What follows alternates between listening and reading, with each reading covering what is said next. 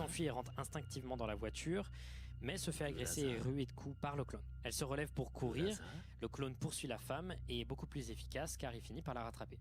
Elle la brutalise, puis finalement prend la voiture, fait une marche arrière et écrase la mère.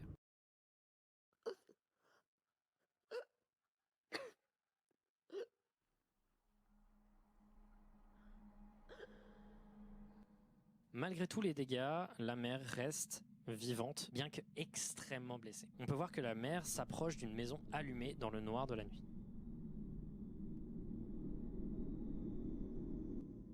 À ce moment-là commence un montage parallèle avec beaucoup de plans très symboliques et très étranges. Il y a également une musique qui commence à se jouer en arrière-plan que je ne vais pas mettre pour éviter des problèmes de copyright. On voit ensuite deux enfants descendre les escaliers de ce qu'on imagine être cette maison. Ce sont les mêmes que ceux de la pub.